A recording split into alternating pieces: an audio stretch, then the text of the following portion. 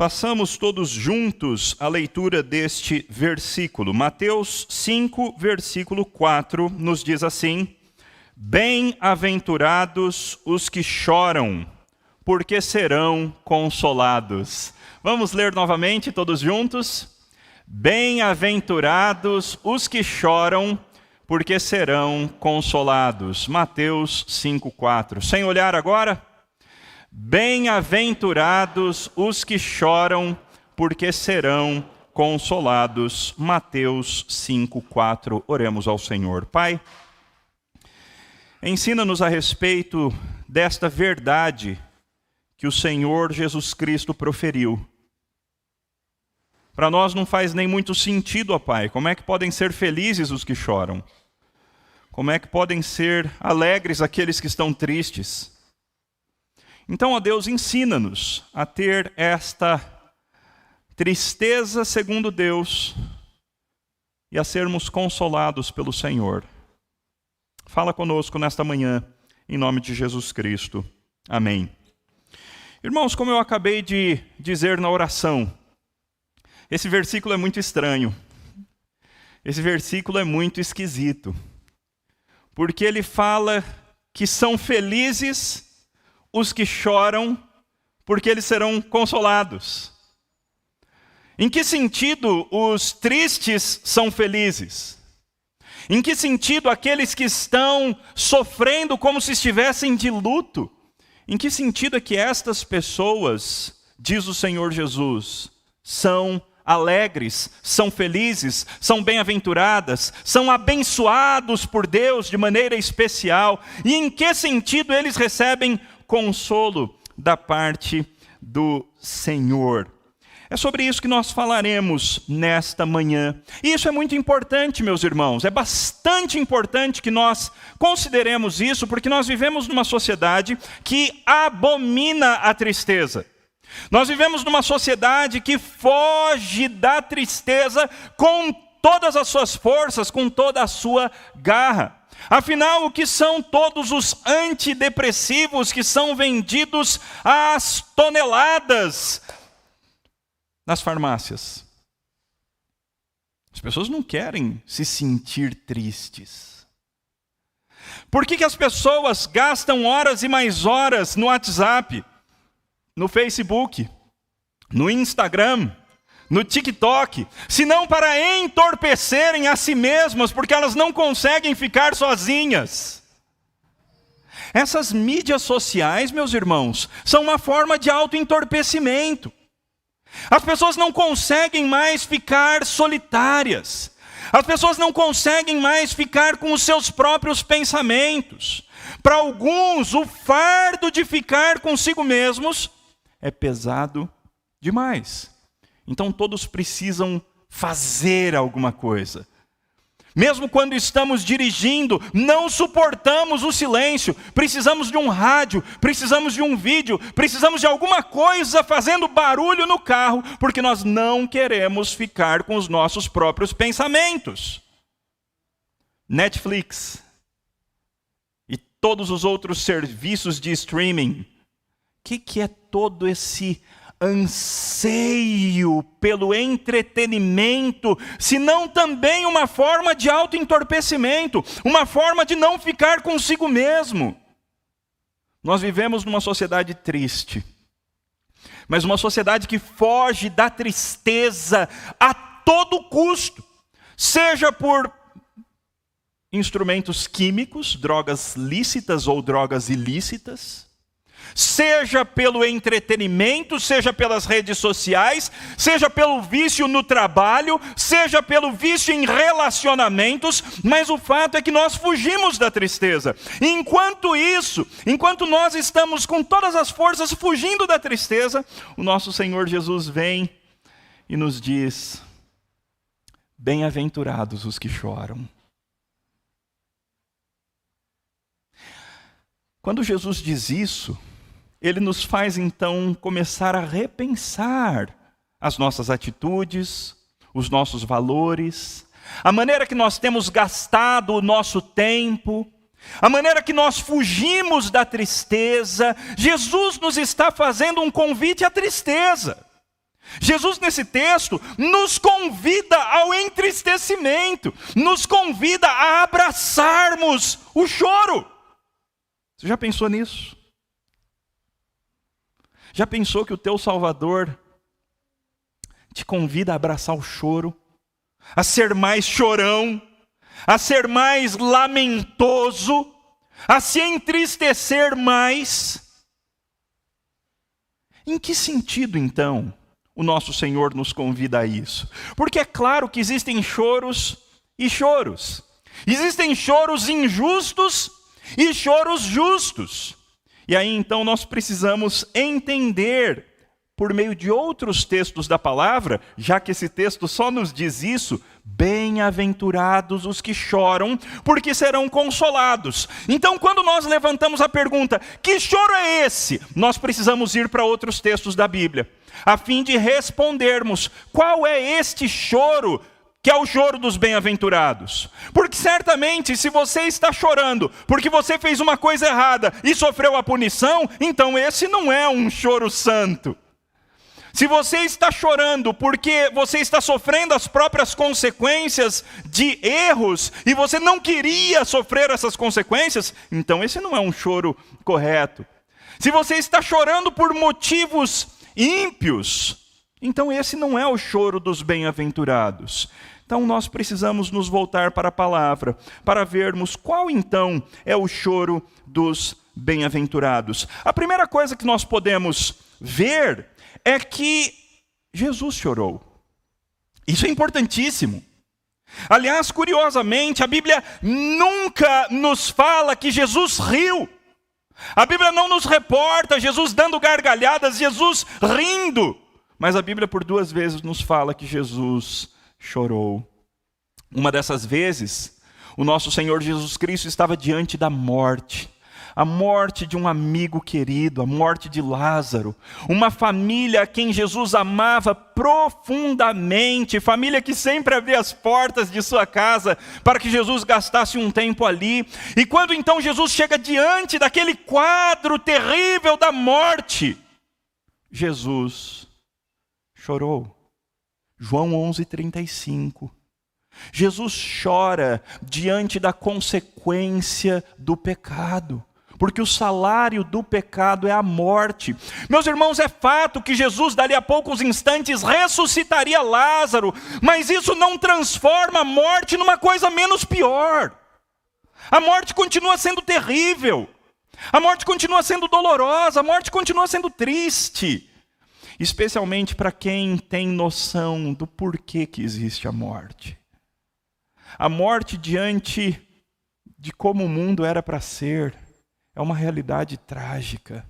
E Jesus chora por causa disso. Jesus também chora certa feita quando ele estava caminhando rumo a Jerusalém.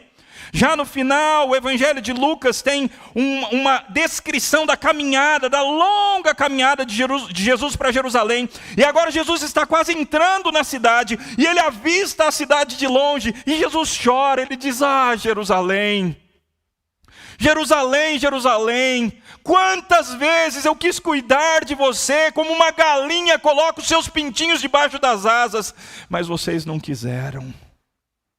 E por causa disso, Jerusalém será destruída. Jesus não ficou feliz, porque o pecado daquelas pessoas que moravam em Jerusalém causaria destruição terrível de completa de Jerusalém no ano 70 depois de Cristo. Jesus chorou por causa disso. Jesus chorou por causa das consequências que o pecado traria para aquelas pessoas que moravam em Jerusalém. Mas, meus irmãos, não é só Jesus quem chora nas Escrituras. Nós vemos Esdras chorando lá no capítulo 9, versículo 4. Esdras chora por causa das consequências que o pecado estava trazendo sobre o seu povo. Aliás, Esdras 10:6, Ezequiel 9:4 chora porque Jerusalém tinha sido destruída por causa dos seus próprios pecados. Neemias e Jeremias choraram também porque os pecados do povo de Deus fizeram com que o povo de Deus fosse terrivelmente punido, terrivelmente destruído. O castigo que vem sobre nós mesmos ou sobre outros por causa de pecado deve ser uma coisa que nos leva a entristecer e ao choro. Percebam que existem duas maneiras de você chorar por causa de consequência de pecado. Uma delas é o choro revoltado de quem não aceita a punição da parte de Deus. Esse é um choro ímpio. Mas o choro arrependido de quem sofre e admite as consequências do próprio pecado, esse é um choro santo. Esse é um choro bem-aventurado. Lá no Salmo 30, versículo 5, nós lemos o seguinte, Salmo 30, versículo 5. Porque a sua ira dura só um momento, mas o seu favor dura a vida inteira. O choro pode durar uma noite, mas a alegria vem pela manhã.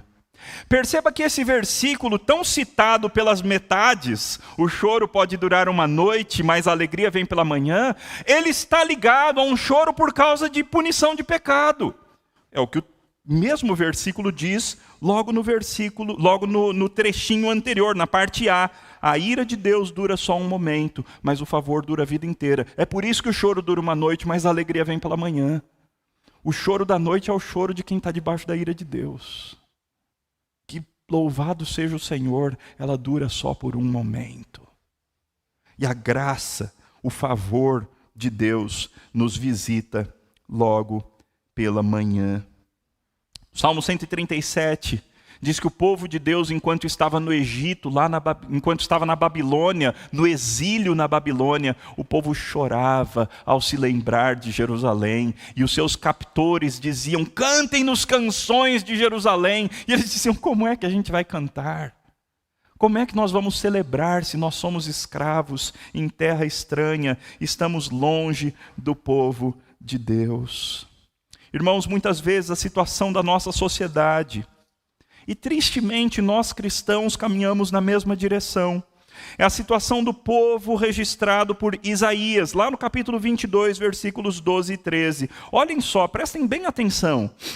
Isaías 22, 12 e 13. Naquele dia, o Senhor dos exércitos, convidava para chorar, prantear, rapar a cabeça, vestir a roupa feita de pano de saco. Porém, o que se viu era só festa e alegria.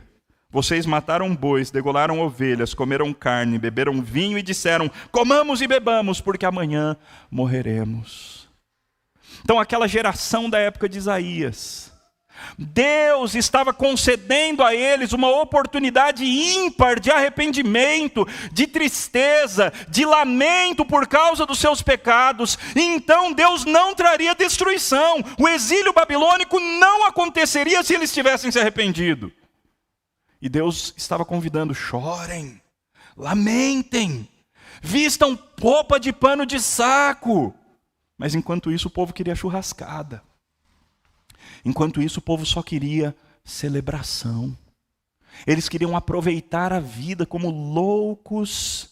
Eles queriam aproveitar a vida enquanto tivessem vida. Esse é um retrato perfeito da nossa sociedade, irmãos. As pessoas sabem que as coisas não estão bem. No fundo, a maioria das pessoas sabe que as coisas estão fora de lugar. Mas as pessoas se entorpecem a si mesmas, com entretenimento, com relacionamentos, com churrasco, com bebida, com drogas lícitas e ilícitas. As pessoas vão se cegando a si mesmas. Enquanto isso, o convite do Senhor nosso Deus para mim, para você, para toda a sociedade é, se vocês chorassem.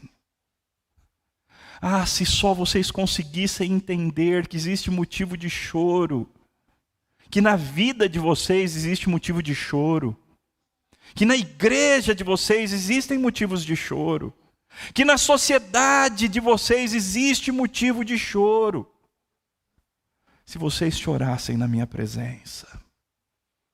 Se vocês chorassem na minha presença. É sobre isso que Jesus está falando. Bem-aventurados os que choram, é um convite para que você chore. Eu não gosto de chorar. Eu não gosto muito de ficar absorto nos meus próprios pensamentos. Eu sou do tipo que gosta de fazer, que gosta de estar fazendo alguma coisa. Eu não gosto muito de pensar, eu gosto de agir. Então esse é um convite para mim. E para você que, quem sabe, é parecido comigo. Para você que não gosta muito de meditar a respeito das questões do seu próprio coração. Para você que acha penoso gastar tempo analisando o seu próprio coração. Esse é um convite de Jesus para que você faça isso. Para que você gaste tempo pensando nas suas próprias mazelas, na sua própria bancarrota espiritual, nos seus fracassos espirituais, nas coisas que precisam ser radicalmente transformadas na tua vida. Esse é um convite de Jesus para que você pare de se entorpecer, pare de fugir dessa discussão consigo mesmo. Pare, reflita sobre o estado do teu coração e chore. Chore, porque aí virá consolo dos céus. Porque quando você derramar essas lágrimas por causa do seu próprio pecado, por causa do pecado da sua família, por causa do pecado na tua igreja, por causa do pecado na sociedade, por causa do pecado no teu país, por causa do nível de corrupção, por causa das podridões que passam na TV, por causa das sujeiras das músicas, quando você sofrer, quando você olhar para o mundo com os olhos de Cristo, você vai ter motivo de choro, mas o Senhor te trará consolo. Então de choroso você se transformará num bem-aventurado, em alguém que é feliz com aquela alegria que dura para sempre. Nós encontramos choro de arrependimento, por exemplo, em Pedro. Pedro estava se achando muito forte espiritualmente, e então ele diz a Jesus: eu nunca te deixarei, ainda que todos te neguem e te deixem, eu não. Até que sim. Até que a pressão foi maior do que ele aguentava. Até que ele não suporta a tentação de ficar do lado de Jesus. Ele não suporta a tentação de negar. E ele, ao invés de ficar do lado de Jesus, ele nega conhecer Jesus. Da última vez ele pragueja, ele fala coisas impróprias. E aí então o seu olho cruza com o olho de Jesus. Eles se entreolham. E Pedro sai e chora amargamente. Talvez você está precisando de um choro desse. Talvez existam coisas na tua vida pelas quais você tem que chorar. Chorar de verdade, de soluçar. Entregar nas mãos do Senhor. Não adianta ficar escondendo o sol com a peneira. Não adianta tentar disfarçar. Não adianta tentar ficar jogando, ficar no WhatsApp, ficar nas redes sociais, ficar gastando tempo para não gastar o tempo que você precisa gastar na presença de Deus. Pedro chorou amargamente. E ele foi consolado pelo Senhor. Pedro, tu me amas? Sim, Senhor, eu te amo. Pedro, tu me amas? Sim, Senhor, eu te amo. Pedro, Simão, filho de João, tu me amas mais do que esses outros? Senhor, tu sabes de todas as coisas. Tu sabes que eu te amo. O Senhor ministrou o remédio santo para o coração de Pedro. E Pedro foi consolado, apesar da gravidade do seu pecado. Existem vários outros textos, várias outras referências que eu poderia apresentar aqui, de pessoas na Bíblia que choram o seu pecado. Davi, quantos salmos nós encontramos Davi lamentando diante de Deus por causa dos seus pecados, das suas mazelas espirituais. Nós encontramos o apóstolo João chorando também no Apocalipse. De repente, Deus está no trono E ele está com o livro que mostra os planos de Deus. E ninguém é digno de abrir esse livro. E João chora. João chora porque não tem um digno de abrir o livro. E se o livro for aberto, os planos de Deus não vão se realizar. Não tem nenhum ser humano. E João chora. Mas bem-aventurados os que choram, porque eles serão consolados. Então o anjo chega e consola João e fala assim: calma, João. Eis que o Cordeiro, a raiz de Davi, ele venceu para abrir o livro. A história vai chegar no seu ápice, no seu momento culminante, no seu momento maravilhoso, porque Cristo garantiu isso para nós. E aí então João vê no capítulo 5 o Cordeiro maravilhoso. E o resultado é o resto do livro inteiro de Apocalipse. Como é que o crente chora? O crente chora por causa dos seus próprios pecados, o crente chora por causa dos pecados dos outros, o crente chora pelas consequências do pecado na sua própria vida, na vida dos outros, o crente chora porque os planos de Deus ainda não estão sendo cumpridos como ele tanto almeja que os planos de Deus sejam cumpridos, o crente chora porque ele vê um mundo doente, o crente chora porque ele vê outros chorando. Paulo diz: chorai com os que choram. Então o crente, ele tem simpatia, ele tem empatia. Então ele vê alguém chorando, ele chora junto. E meus irmãos, bem-aventurados os que choram.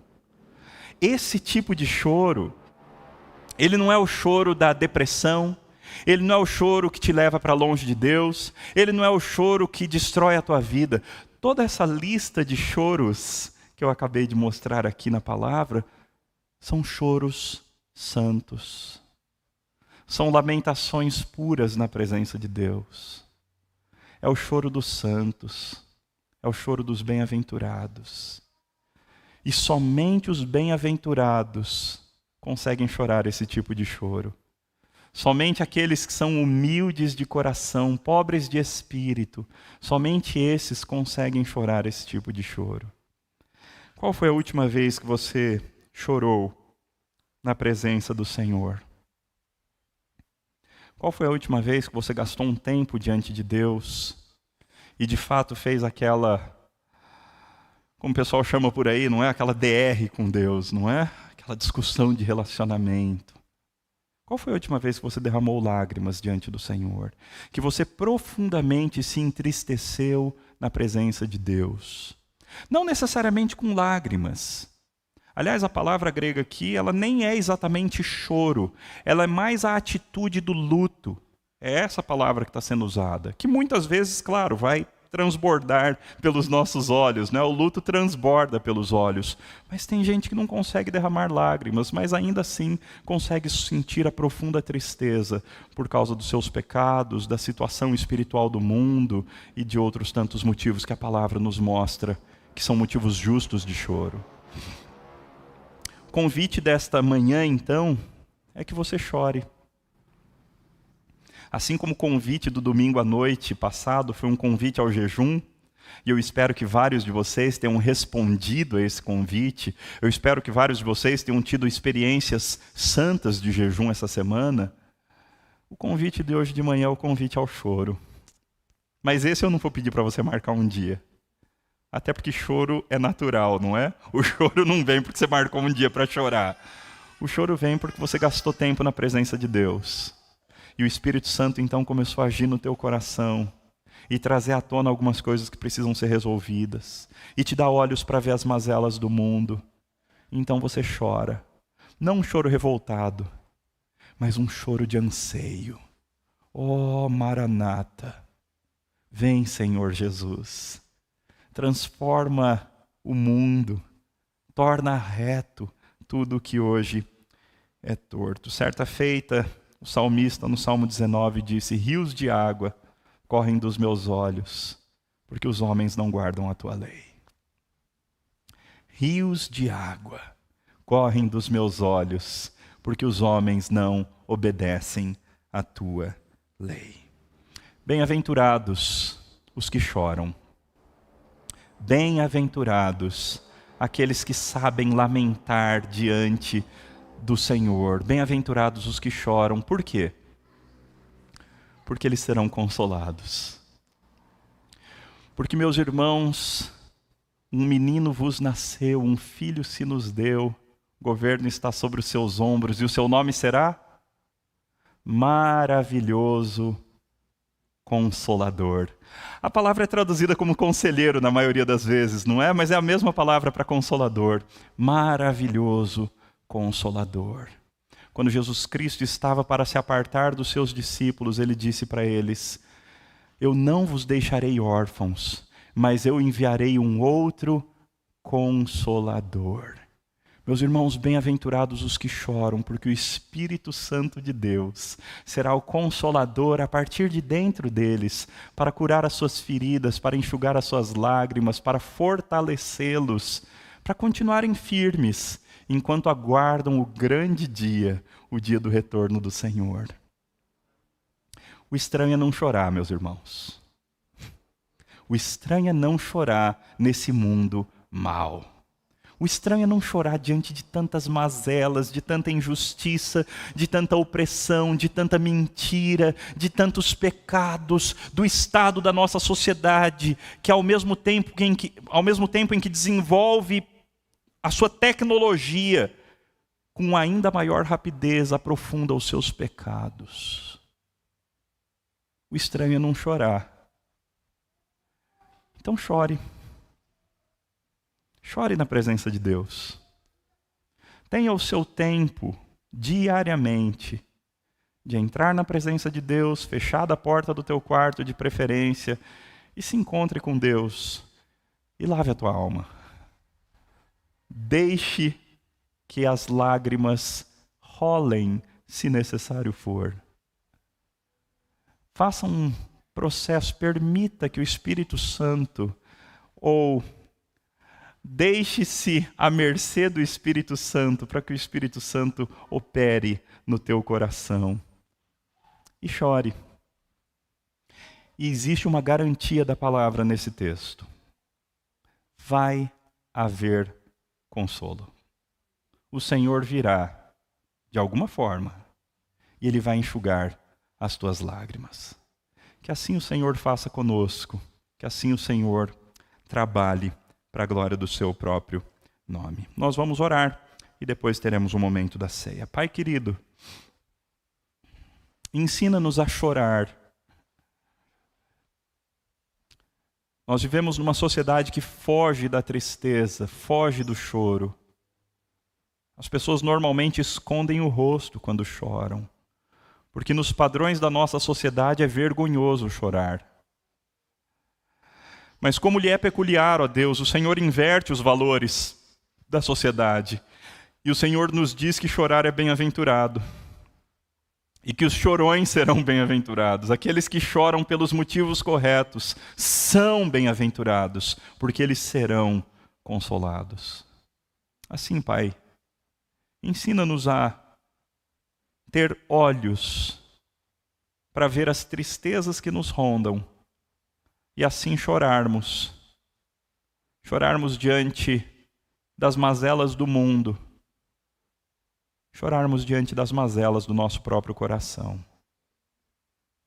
Dá-nos graça, Pai, e consola-nos com o Teu Espírito Santo. Em nome de Jesus.